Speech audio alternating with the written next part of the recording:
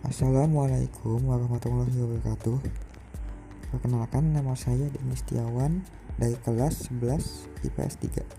Pada kali ini saya akan menjelaskan tentang kelompok sosial di masyarakat. Pengertian kelompok sosial. Kelompok sosial adalah sebuah proses komunikasi atau interaksi yang terjalin dalam pertemuan antar individu yang saling mempengaruhi satu sama lain. Pengertian kelompok sosial menurut para ahli. Profesor Dr. Surjono Sukanto menyebut ini sebagai himpunan atau kesatuan manusia yang hidup bersama.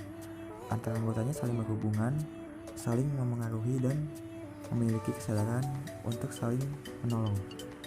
Menurut Hendro Puspito, kelompok sosial bisa juga diartikan sebagai suatu kumpulan yang nyata, teratur, dan tetap dari orang-orang yang melaksanakan peranannya yang saling berkaitan guna mencapai tujuan yang sama. Robert Calmerton, kelompok sosial sebagai sekumpulan orang yang saling berinteraksi sesuai dengan pola yang telah mapan. Syarat dan ciri kelompok sosial. Menurut Robert Calmerton, terdapat 3 syarat dalam suatu kelompok sosial, yaitu 1. Adanya pola interaksi. 2. Kesadaran diri menjadi bagian anggota kelompok. 3. Kesadaran diri bahwa orang lain sebagai anggota kelompok. Tipe-tipe kelompok sosial. Menurut klasifikasi Emil Durkheim adalah sebagai berikut. 1. Solidaritas mekanik merupakan ciri masyarakat yang masih sederhana dan belum mengenal pembagian kerja. 2.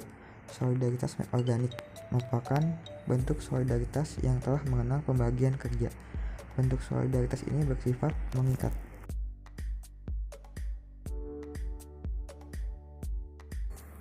Klasifikasi menurut Ferdinand Tönnies.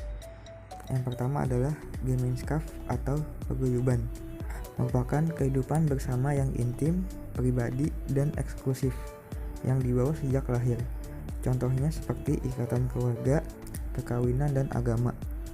Yang kedua adalah Gesellschaft atau patembayan, kehidupan publik sebagai sekumpulan orang yang secara kebetulan hadir bersama tapi dengan tujuan yang sama, bersifat sementara dan semu.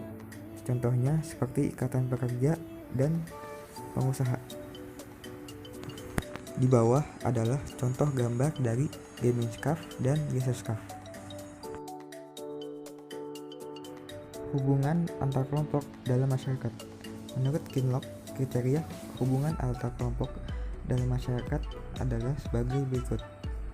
Yang pertama adalah kriteria fisiologis yang mencakup jenis kelamin, usia, dan ras. Yang kedua adalah kriteria kebudayaan, mencakup kelompok yang diikat oleh persamaan kebudayaan seperti kelompok etnik yang diantaranya adalah Batak, Sasak, Sunda, dan lain-lain. Yang ketiga adalah kriteria ekonomi, dibedakan antara mereka yang memiliki kekuasaan ekonomi atau tidak. Yang keempat adalah kriteria perilaku, didasarkan pada cacat fisik, cacat mental, dan penyimpangan terhadap aturan masyarakat. Pola hubungan kelompok. Yang pertama adalah akulturasi, adalah ketika kedua kebudayaan kelompok ras yang bertemu berpadu tanpa menghilangkan khas budaya mereka masing-masing.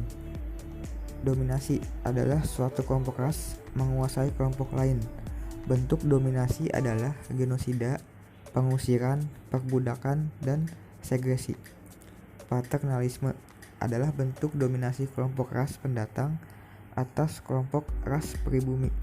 Pola ini muncul apabila kelompok pendatang yang secara politik lebih kuat mendirikan koloni di daerah jajahan.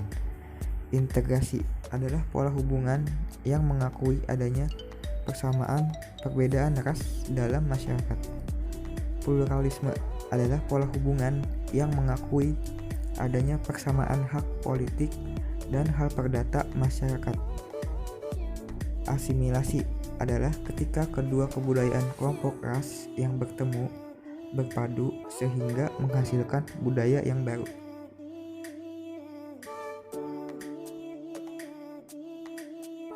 Sekian dari saya, kurang lebihnya mohon maaf. Wassalamualaikum warahmatullahi wabarakatuh.